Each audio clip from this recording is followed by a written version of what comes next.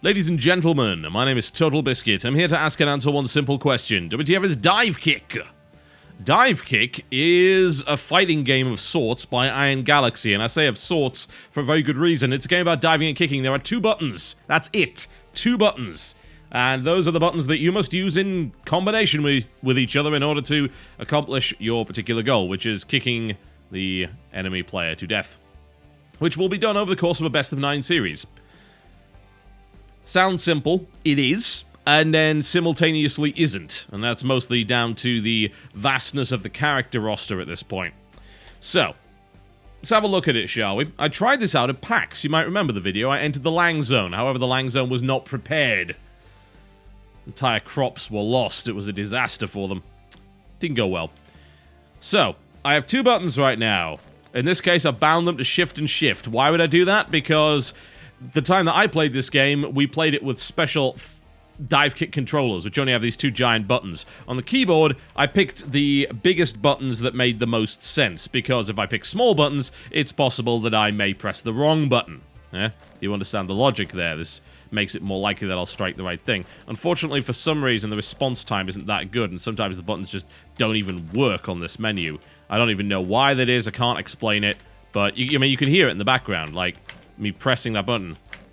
I think you have to just hold it down. I think that's the only way it works. Like, a single press doesn't appear to be registered. I have no idea why, but that's terrible. Also, you'll notice that the navigation of the menu is a gigantic pain in the ass, because instead of actually making a proper PC menu, they decided, yeah, we're gonna use the 2 buttons to do it. Yeah, that's really annoying. Yeah, that's a pain. That's a pain in the ass, especially considering there are not enough buttons to do so you gotta hold the shift button to go back. This is bad, come on, really? This is just a joke. Video options are available. It's a very basic looking game. This will run on a potato, I would imagine. UI quality high or low. Resolution is a lie. Just want to point this out. All it does is upscale. My DX Story is actually recording this in 720p because that's what it's running at, even though it claims to be at 1080p. So one imagines the assets just don't scale or something like that, which kind of sucks. The assets don't look that great to begin with, so it would have been nicer to have some higher resolution stuff. Not really sure what's going on there. I can't really explain it. Usually if it was running at 720p, my monitor would take one look at it and say, yep, this is 720p, here's a 720p sized box for you, but in this case it hasn't, so I don't even know. Must be something to do with the renderer, I couldn't explain. I mean, it doesn't make a lot of difference one way or the other, but yeah. Alright, what you got? Story mode versus mode online. Online uses the same netcode system as Skullgirls, which is good news, by the way, because that is actually pretty good. I think it's G2PO or something along those lines. It's a good system. I have not experienced lag problems. It works well, so I'm pretty happy with that. We'll drop into the story mode just a little bit to show you what's going on with it, and then we'll do some online. Alright, so last time I played it at PAX, the character lineup was significantly lower than it currently is. So these characters here, Uncle Sensei was not in it, Jeff Ailey wasn't in it, the Baz was not in it, Markman, or Stream, or S-Kill, or Kenny, I believe. So, yeah, the lineup we had was just like 1, 2, 3, 4, 5. There was 6 characters in that build. It's now more than double that, so. Each of these characters has an aerial and ground special, a technique that can be built up with meter. And they, of course, all have their own dives and kicks. However, the characteristics of each of these characters' dives and kicks are a little bit different every time. I guess we will start with dive, you know, as basic as you can possibly get. I could randomly select, there we go. We're gonna grab dive. Now you get to pick a gem. 10% meter, 10% kick, there's 10% dive, and then there's also 30% all personal sudden death, the YOLO gem. I have no idea what that's all about. We're gonna take dive, there we go. And then you get to pick a couple of different outfits, palette swaps essentially. And then you will be given a story. Do you care? Probably not. A lot of this is tongue-in-cheek. And we'll talk about the tone of the game once I've shown you the mechanics and how they work. Because the tone is actually an issue, which sounds really strange. And it's like, why would you care about the tone of it? Well, usually I wouldn't, but it's just the nature of the game is very weird, and the tone, I think, actually becomes relevant at that point. Alright, so we're gonna dive and kick. Simple as that. So this is my dive button. But it's actually just a jump button. Oh, dead immediately. Okay. And then my kick button is my other shift. So each of these characters is going to have a different kind of dive and a different kind of kick. This is non-ideal because I've been slowed down because I took a headshot there. And it's instant death, yeah? It's one shot, best of 9, yeah? So rounds don't really necessarily last all that long by any stretch of the imagination. There we go. So I think you can see how this works. If you tap the kick button while you're on the floor, it will move you backwards. And depending on which character... Ow! And depending on which character, it will move back a different distance. So some of them will hop back quite short distances. Some of them will hop back in a different way. And her kick's a little bit shallower, but it goes further. She also has a couple of special moves, including this rift thing, which I actually have no idea what that does, honestly. I've used that in online matches, and I still can't figure out what the point of it is. The game doesn't seem to explain that. I mean, there might be an explanation somewhere, but the game is certainly lacking in terms of just immediate explanation. Why you need a tutorial for the game like this, I don't know. I mean, you wouldn't. It's as simple as that. I've activated my technique now, which gives me faster kicking, which allowed me to just kind of rush her down. Pretty simple, isn't it? Yeah, it's a pretty simple system. Oh, in the head, all things considered. It takes about 5 seconds to learn how to play this game. The complexity comes in the use of the meter and also in the way that different characters interact, because each character interacts differently with each other, so as a result, you always have very strange and different matchups every time you play. So there we go. And then you'll get a little score at the end, which is quite amusing. So you can blast through a best of 9 in this very fast, or it can take a little bit longer if people are playing super defensively. Alright, Dive versus Markman. Let's see what he can do. Art assets wise, like, it looks... It's pretty... It's kind of basic, isn't it? I mean, it's all kind of hand-drawn stuff, and there's some nice fighting game references here and there. Ouch, that was unfortunate. But I would definitely not call the art assets fantastic. Like, obviously compare this to something like Skullgirls, and Skullgirls just takes it to the cleaners in that regard. But we are talking about a very low-budget game that pretty much started off as a joke, yeah? That's the weird thing about this, and that gets into the whole tonal argument. Because it started off... I'm a moron, why did I do that? It started off as a joke, then became a real game, and then people suddenly start asking, well, who's going to play this? Who is this for, exactly? And that's actually a fairly important discussion, I think. Who is this game for? Well, most people would make the argument, I think, having looked at the history of it, that the game is very much for people in the fighting game community. Yeah? Because a lot of these in-jokes, a lot of the references, the whole salt thing in the background, almost every character in this game is a reference either to a fighting game character or a person within the fighting game community, right? Some of them not so kind, I have to say, including Mr. N.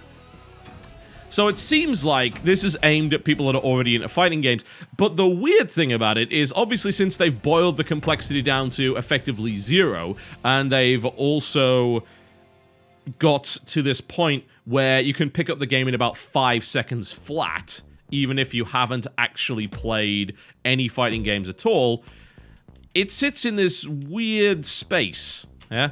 This weird space in between, this was designed for hardcore fighter players, and this was designed for people that are terrible at fighting games, and just don't know a thing, yeah? They want the thrills of the fighting game. The idea behind Divekick, when they dissolved everything down, was to create a game that was nothing but clutch moments. And everyone remembers that Daigo parry, the Daigo full parry moment. It's probably one of the most famous videos in fighting game history. They wanted to essentially boil everything down to that, so that every moment in this game was that. Because, hey, it's insta-kill. That's kind of how it works. And frankly, yes, they have actually kind of succeeded in that. I would imagine it's a crap ton more fun to play it with a real person right next to you, though. Thankfully, you can do that on the keyboard. It's very easy. You just bind the buttons and then you go. Simple as that. You can use controllers if you like, but yeah, you don't even need to do that. That didn't go well. I just left myself open for that one. Not impressive. The story mode is kind of boring. Like, it's weird that they even wasted time putting it in, because, frankly, I think it was a waste of time. There's a couple of interesting jokes here and there, but is it fun playing Divekick against the AI? Absolutely not. Like, it really isn't. It's fun trying to outsmart people, because, let's be honest, if you strip away all of the moves and the combos and stuff like that, then what do you have left? You have trying to read your opponent, and you have positioning and strategy. which sounds weird. It's like, can't you just bash the buttons? No, like, a good fighting game player is going to destroy you at this game, yeah? There are a lot of ideas, misconceptions about fighting games that the whole point of it is muscle memory and learning all of those combos. Like, that's part of it, but that's not what makes you a good fighting game player, yeah? And it frankly never has. It doesn't. People that are bad at fighting games tend to use that as an excuse. Like, I don't have time to learn all that stuff. And yeah, I get that. You know, sometimes fighting games are complex, but people are not beating you because they have learned all these combos. They're beating you just because they're better. They think better. There is a lot of thought involved in the way that things like this work, and that's kind of what's left, yeah? When you boil away all of those combos, you get rid of all of that stuff. There's a bit of learning involved in how the characters interact with each other. I've been trying to fight the Baz, and I don't even know what I'm doing. Like, it's actually horrible. A bunch of people have said, oh, he's the worst character. It's like, hey, not for me. I can't bloody figure him out. He's awful. Jeez. Well, what the hell's going on with that? I don't necessarily know which gems to use on which character. It's a pretty hard thing to learn. But it's really basic in comparison to learning the combos of even one character in a fighting game. But that does mean that playing against the AI is kind of a waste of time, because you don't get any of that stuff. I can't outsmart the AI. That's not how AI works. I can't play the player rather than the game. So let's get online, shall we? Let's play online, because that's a bit more. I don't even know what I don't know what that is. I don't know what that reference is. I don't know what half of these tips reference. It's just I don't even know. All right, let's get out of here, shall we? There we go. Let's get online and play a little bit of that. I'd still say that this is a game for people that know they're going to be able to play with others. Yeah. You can play it on a PlayStation Vita. You actually have enough buttons to do that. It would be pretty ideal. On a PC, it's kind of a weird choice. I know, like, I push very much for fighting games to be on PC because I think it's a good platform. You can plug in any device, so you can use whatever you want. You can use a satin pad, a keyboard, a fight stick, whatever you want. Yeah, it doesn't really matter. That's actually fine. Alright, who are we gonna play? I think I will play Kung Pao. That's the one I've played the most of. And we will go for kick. There we go. Seems reasonable. On PC, though, it is a little bit of a weird choice, unless you enjoy the online. It does have a mic mode. The mic mode is terrible. Thankfully, you can mute it. Thank God. Because mics are perma on unless you hold down the mute button. So I'm very, very happy that they actually have that functionality, because that would be awful otherwise. Absolutely dreadful. Ouch. That was not good. Dr. Scholl's kicking the snot out of me. As you can see, Dr. Scholl's can kind of adjust her kick midair, which does leave you in some fairly awkward spots.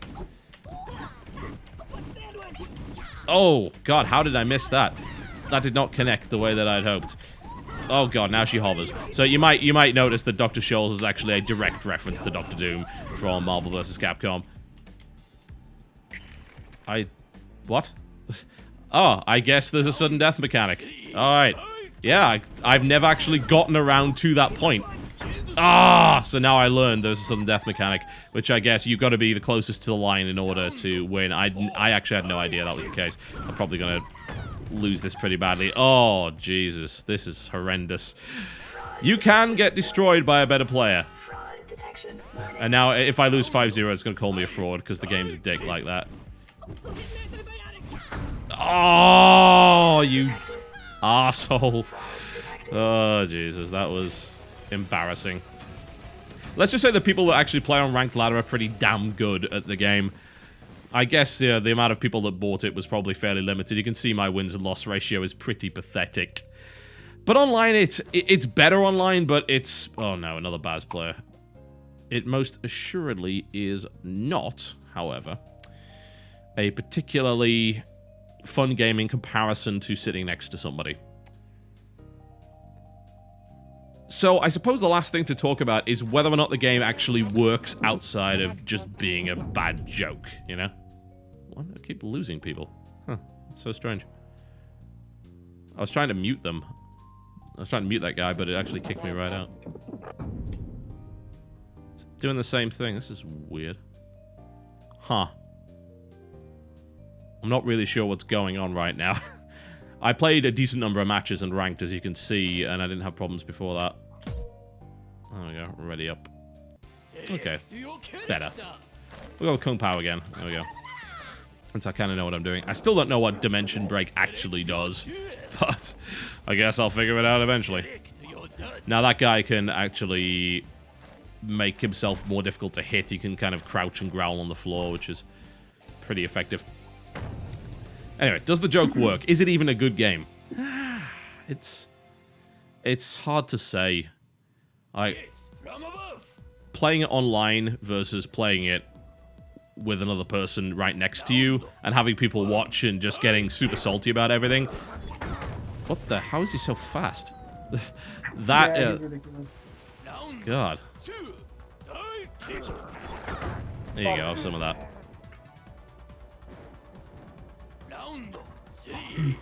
Is my mic on, by the way? Yeah. Oh, right, okay, never mind then. Sorry, I was doing a commentary. I'll shut up for you. Oh, no, you're fine.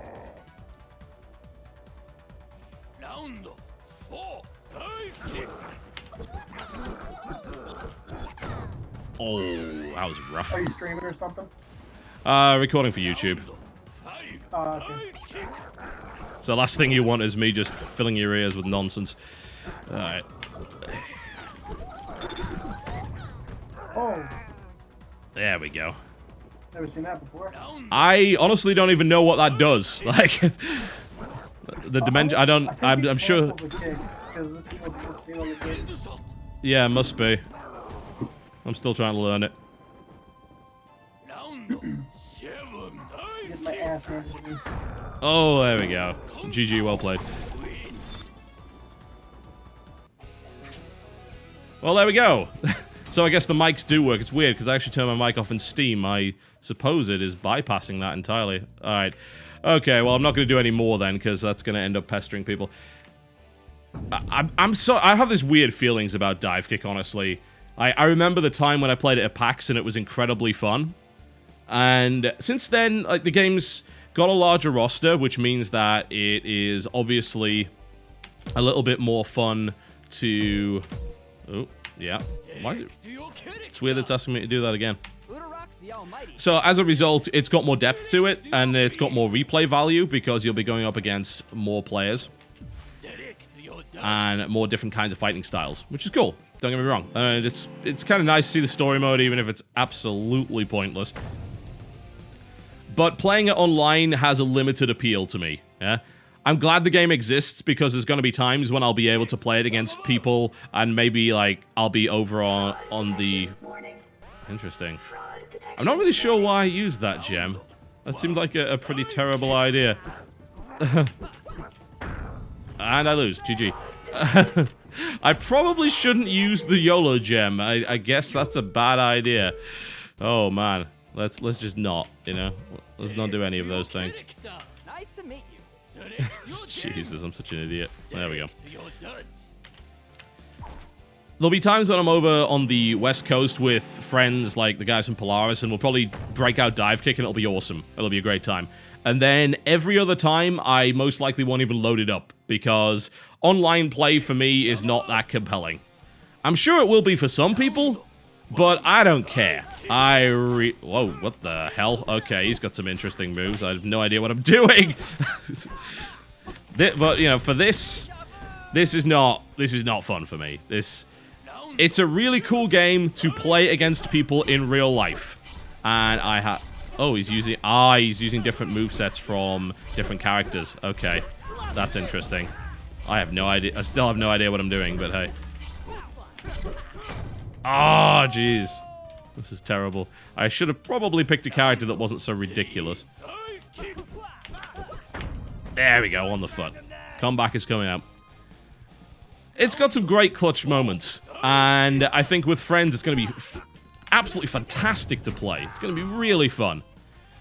But if you're on your own and you have no capacity to play it with other people, you probably want to...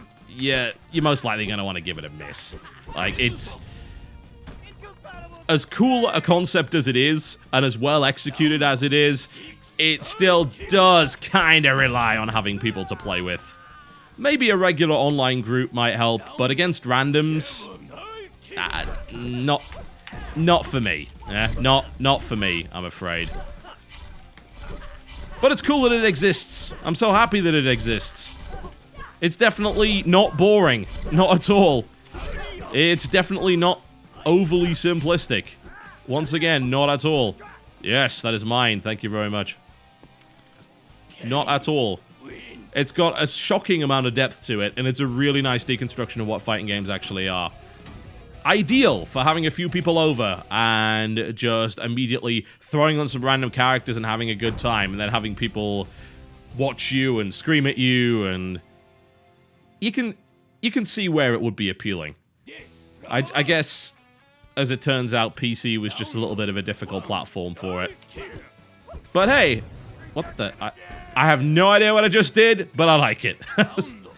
Divekick, ladies and gentlemen, it is $10. It is available on Steam, also on PS3, PlayStation Vita, which is definitely not a bad format for it by any stretch of the imagination.